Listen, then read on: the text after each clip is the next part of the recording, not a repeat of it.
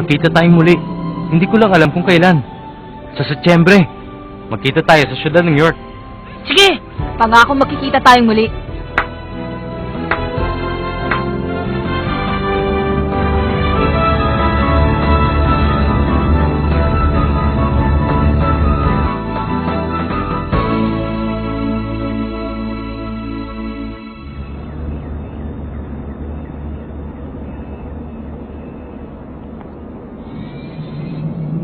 Ngayon ay biglang dadalawa na lang tayo. Ano nang gagawin natin? Ano? Siyempre, kailangan natin mag-ensayo. Ha? Para saan? Dapat magsaya naman tayo. Makinig ka nga!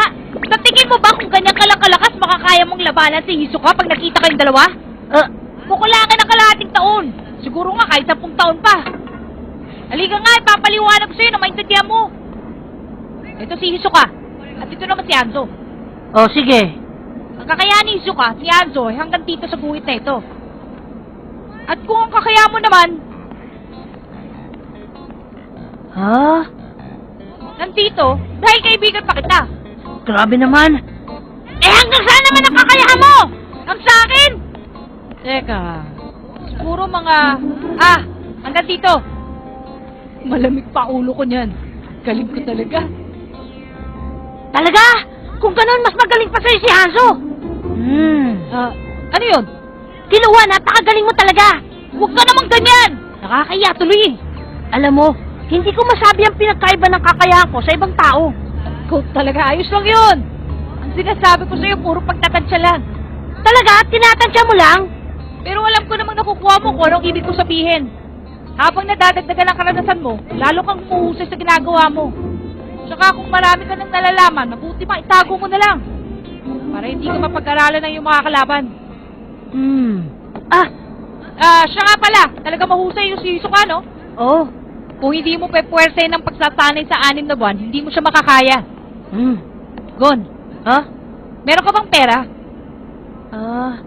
Ang totoo niyan, bus na eh. Ako rin, mauubos na. Meron akong alam na makakasagot sa problema natin. Ha? Tignan mo, yun o. Makakapagsanay ka ng mabuti para sa pag-aarap nyo ni Hisoka. Kikita ka pa ng pera. Puntahan natin lugar na yan.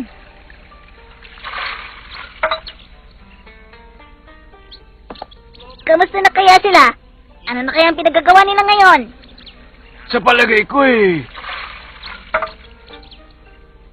may kumikita na malaking pera. May gumagawa na rin ng pangalan sa kasaysayan. May nangangarap na matataas at biglang babagsak. Iba't iba ang mangyayari sa mga aplikante. Pero, isang bagay lamang akin nasisiguro. Ang lahat ng mga aplikanteng yun ay dadaan sa marami at matinding pagsubok. Sandaling panahon man o kahit paabuti ng maraming taon ay sigurading pare-pareho lamang. Pero lahat sila ay makakarating doon. Harapin lang nila ang mga pagsubok. Sa tingin ko, lahat sila ay magugulat.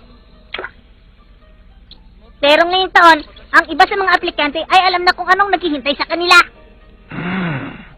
Maganda ang naging resulta ng pagsusulit ngayon.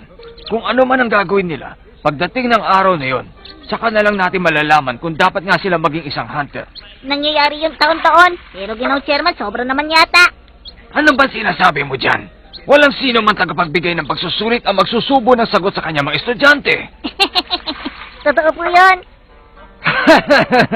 Pero sigurado ako magiging masaya ito. Bueno, May pupuntahan po ba kayo? hindi, matutulas ka.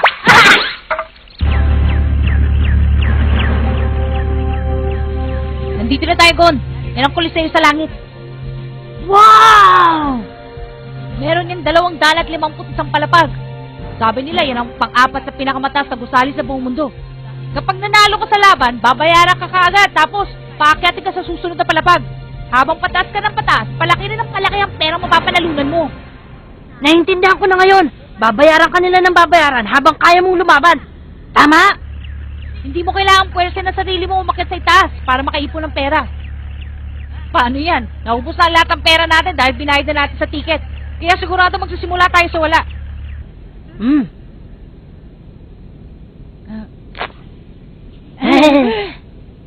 Tayo na! Hmm?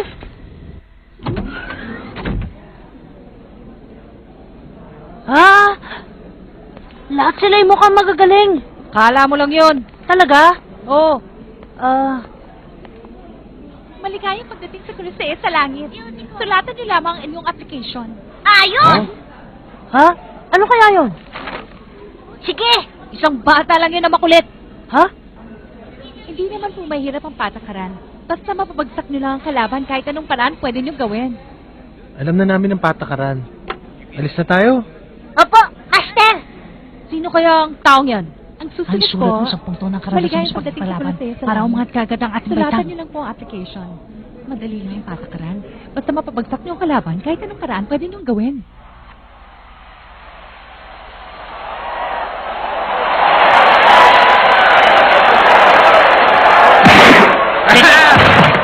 Oh!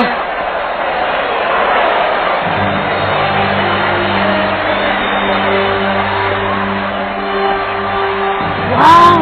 Wala pa rin pinagbago. Naalala ko tuloy na nakaraan. Ano? Nanggaling ka na dito, kinuha? Oo! Nung ano na taong kulang pa lang ako. Iniwan ako dito ng tatay ko na walang pera. Bumalik na ako kapag nakarating na ako sa ika-200 palapag. Namutin ako ng 2 taon. Ano? 2 taon? Bakit ka nagulat sa sinabi ko?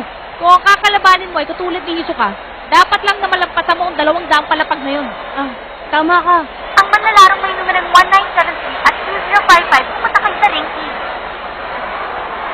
Ako na yun.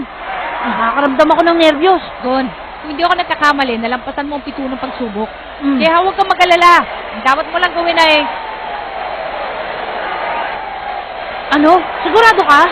Kayong dalawa, lumapit kayo.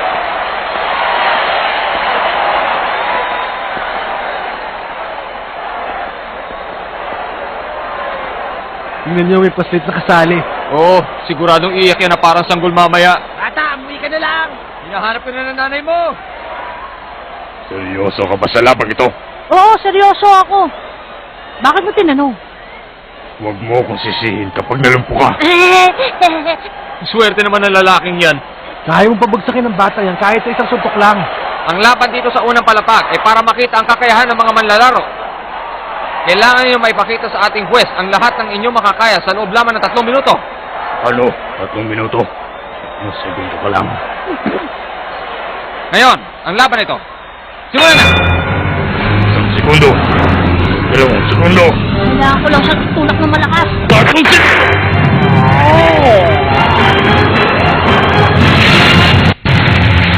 Huh?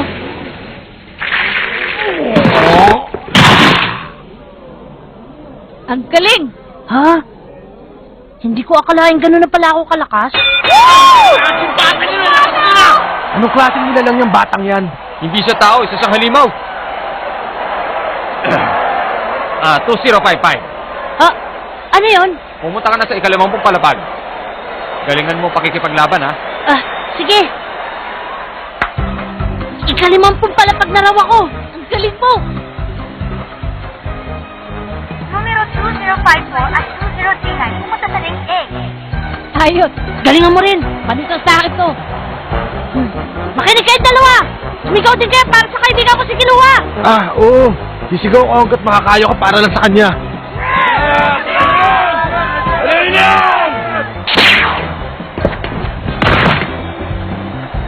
Ang galing mo. Ginoong Kiluwa. Talaga? Huh? Umabot ka na sa ika-200 palapag nun, ha? Hindi pa rin nagbabago ang husay mo. Bakit ka na sa ika-180 palapag? 180 palapag kagad? Muna ako sa ika-50 palapag! Hindi naman ako nagmamadali eh. Tingnan nyo! Isa pang mahusay dito! Ha? Siya yung bata kanina. Tama na yan! Pumunta ka na sa ika-50 palapag. Ayos!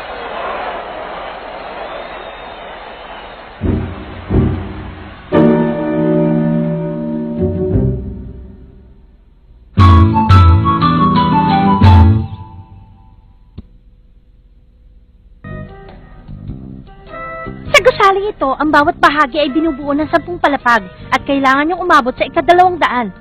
Kung mananalo ka sa ika-50 palapag, Anong pangalan niyo? Ako naman si Gon. Ang galing mo lumaban. At ako naman si Kiluwa. Kiluwa, Mabuti nagkakilala tayo. Siya nga pala, kung siya makakaabot sa ika-100 palapag, ang susunod niyang laban ay sa pribadong silid na. Naintindihan niyo na ba ako? Siyempre naman! Apa! Nakinig nga kaya ang mga batang ito sa paliwanag ko? Ika-50 palapag na po. Manalo sana kayo sa susunod yung laban. Sinunod ko kanina ang laban ninyo. Pinahanga niyo ako ng husto. Ano ba sinasabi mo dyan? Mahusay ka rin naman ah. Oo nga, pareho lang tayo. Hindi marami pa akong dapat matutunan. Siya nga pala, anong martial arts ang ginamit ninyo? Huh? Ang ginamit ko ay single yung martial arts. Ano nga ba? Pagkaraniwan lang. Ano? Lumakas kayo ng ganyan na wala man lang nagtuturo sa inyo? Nagulat naman ako sa mga sinabi nyo. Kailangan ko pa talagang magsanay ng mabuti. Sobra ka naman, Sushi. Jushi, ang galing mo. Ha? Master! Mukhang sinunod mo lahat ng sinabi ko sa'yo, ah. Opo, maraming salamat sa inyo. Master, ang inyong damit. Ha? Pasensya na. Sino sila? Si Ginoong Kino at si Ginoong Gon. Magandang araw, ako si Wing. Magandang araw! Kamusta? Hindi ko akalaing mayroon pa akong makikita ibang bata maliban kay Zushi. Sa palagay ko maganda ang inyong pinakita kaya kayo nakarating dito. Ang masasabi ko lang, ingatan niyo ang inyong sarili at kilalanin niyo ang inyong kalaban. Opo! Zushi, ito ang iyong napalanunan sa huling laban. Ayos. Salamat na lang at nandito ka. O kayo, pumunta na kayo doon, ipapalit niyo ng pera ang ticket na napalanunan niyo. Sige! Tayo na, Kiluwa! Sige! Mukhang nagahin natin siya. Zushi, bakit hindi ka sumama sa kanila? Maghihintay na lang ako para sa laban mo mamaya. Opo! Ginoong Gon! Ginoong Kilo, hintayin niyo ako!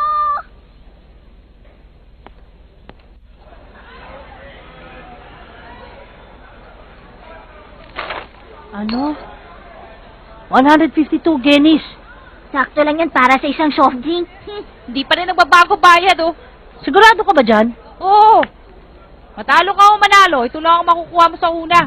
Sa susunod na laban, pag natalo ka, wala kang makukuha. Pag nanalo ka, makakatanggap ka ng 50,000. 50,000? Malaking pera din yan, hindi ba? Sa isang palapag, 1,000,000. Pag umabot ka sa 150, 10 milyon. Ano? Kiluwa, umabot ka sa ika-200 palapag, hindi ba? Ha? 200 palapag? Oo, pero umayo ko nung umabot ako sa 100 at 70. Ang nakuha ko, mga 200 milyon. 200? Kiluwa, anong ginawa mo sa perang yun? 4 na taon na nakalipas ha. Kala nyo ba nakapagtabi ako? Naubos yun dahil bili ako ng bili ng pagkain. 200 milyon na ubos sa kabibili ng pagkain? Ano kaya klaseng pagkain yun? Aba mga bata, mukhang malaking halagang pinag-uusapan nyo. Nasisiraan na mga yan. 200 milyon na ubus ka agad. Oo. Kayo magkakapatid na Yamori! Walang way ha. Amori lang. Ay, matagal-tagal na rin. Hindi ko akalain. Ano nang gagawin natin? Anong sinabi mo? Ikaw itong nagsabi takutin natin yung mga batang yan. Tapos tatanungin mo ko kung anong gagawin natin? Basta, ikaw bahala. Takutin pala ha. Naalala nyo ba ako? Yeah. Gusto ko makita kung paano kayo manakot. Nakakatuwa yun. Mori, ikaw na bahala. Takutin mo sila hanggat gusto mo. Sige na. Teka, sandali lang kuya. Huwag niyo ko iwanan dito, kuya. Ay nako, mihina lang mga taong sumasali dito. Hamakin mo pa namang umabot sila sa ganitong bagay. Madali nga siguro manalo sa unang palabas. Kaya huwag kayong masyadong mainit. Ginong Kilwa, ang lakas ng boses mo. Ngayon ay sasabihin ko na po kung saan palapag kayo pupunta. Ginong Marta at Ginong si Baba sa ika-55 palapag. Ginong Kiluwa at Ginong Sushi sa ring E ng ika-77 palapag. Ikinagagalak ko na tayong dalawang maghaharap. Ako rin. Kanya-kanya swerte lang yan. Mag-ingat ka sa laban natin. Magkita tayo mamaya. Oo, galing-galing yung laban nyo, ha? Hihintayin na lang kita sa ika-6 na po, ha? Dahan-dahan ka naman sa pagsasalita. Magkakapatid na Amore at si Ginoong Gon. Pumunta kayo sa ring C ng ika-58. Kumusta na kayo? Kaya hindi ako sinisidyoso ni Ginong Kilwa. Ngayon mga kaibigan, maraming salamat sa paghintay. Magandang pagsimong lahat. Ang masasabi ko lang po ngayon ay patuloy niyong mabuti ang ating video. Kahit mga batang ating manlalaro ay huwag niyo sanang isipin ang pagod na inyong mapapanood. Ang ating mga kalahok na laro po ay magandang pinakita sa kayan sa unang laban kaya sila nakarating sa bahagi ito. Madaling sinapot ni Kilo ang kanyang kalaban. Ginamit lamang niya sa kanyang katunggali ay isang kamay. Sa kinang bahagi ng ating ang manlalaro natin ay ang batang si Lucy. Tinalo niya naman ang kanyang unang kalaban.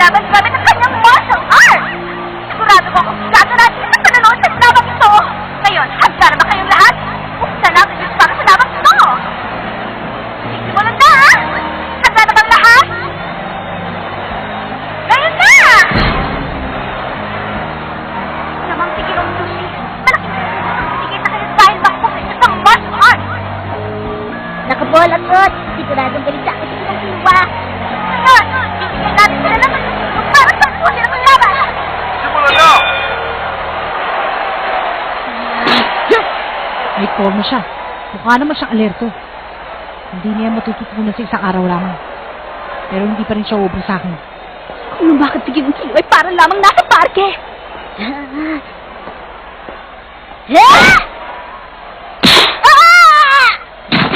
Pasensya ka na ha. Kaliwang kamay lang ang gagamitin ko.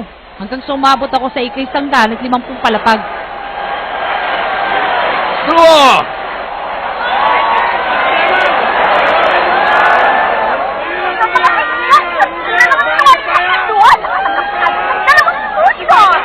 Kahit alam nyo na ipapaliwanag ko rin sa inyo kung paano mananalo sa labang ito ang isang manlalaro. Para makakuha ng puntos, dapat magsinisirang ibibigay mo sa kalaban. Kapag pagandang atake ginawa mo, mabibigyan ka agad ng 2 puntos. Kapag bumaksakan sa laban, 1 puntos din ang katapat noon. Kailangan mo makalipan ng 10 puntos para manalo ka, ha? Isang tira lang ang ginawa ko, natalo na siya. Walang kwenta. Kaya mo pa ba? Oo, kaya ko pa. Tumatayo ng manlalaro si Judy. Mukhang sunod pa rin ang laban. Napigilan ko yata ang aking lakas. Laban na!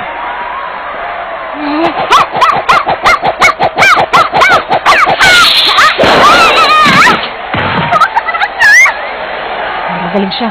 Hindi mo siya matatalo kung pareho ang ataking gagamitin mo. Kailangan niyang tumayo kagad kung hindi puntos na naman para kay Jerome Chilua. Masyado namang matibay ang kanyang katawan. Sa tirang binigay ko, dapat namimilipit pa rin siya sa sakit hanggang ngayon. Ibang klase talaga. Ang kanyang lakas at bilis ay hindi pagkaraniwan. Ito lang ipapakita ko, matatalo ko. Laban! Kailangan ko nang gamitin. Kailangan!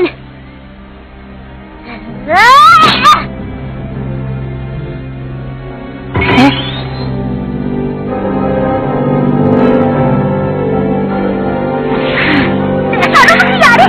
Si Ginong Kalua ay lumalayo kay Ginong Sushi.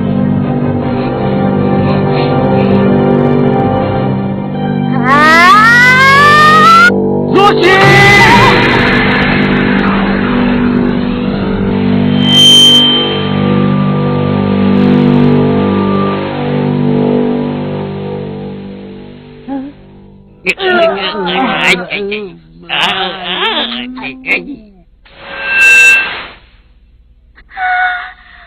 Dahil sa matinding reaksyon ng mga manonood, hindi ko napansin na tapos na palang laro.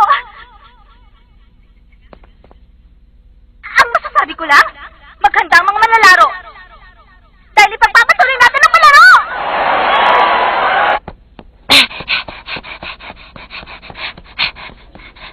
Tingnan mo! Nakakuha ko ng 60,000. Para yatang natagalan ka sa yung laban. Tama ka. Medyo matagal nga ang laban namin. Magaling pala si Sushi. Hindi. Meron siyang talento. At maaari pa siyang gumaling. Pero para sa akin, kailangan niya magsanay. Mabagal siya kumilos. Pero natagalan pa rin akong talunin siya. At saka... nung oras na baguhin niya ang kanyang tayo. Bigla nilang pumasok sa isip ko ang aking kapatid. Hindi ko may paliwanag pero kakaibang pakiramdam. Kinamitan niya ako ng isang espesyal na taktika. Narinig kong binanggit ang kanyang master ang salitang Ren. Ren? Tatawarin niyo po sana ako, Master. Sinabi ko naman sa'yo, Juicy. Hindi ko pa kailangan gamitin ng Ren. Nadala lang po ako sa kanyang lakas. Oh, hindi masama kung mangarap kang manalo. Pero, hindi ba't mas mataas pa sa bahaging ito ang iyong hangarin? Yun ang pinakatuktok ng toring ito. Kung magmamadali ka sa iyong tagumpay, pababagsakin ka ng sarili mong kahinaan. Opo. Habang nandito ka, hindi mo kailangan manalo sa lahat ng iyong laban. Opo.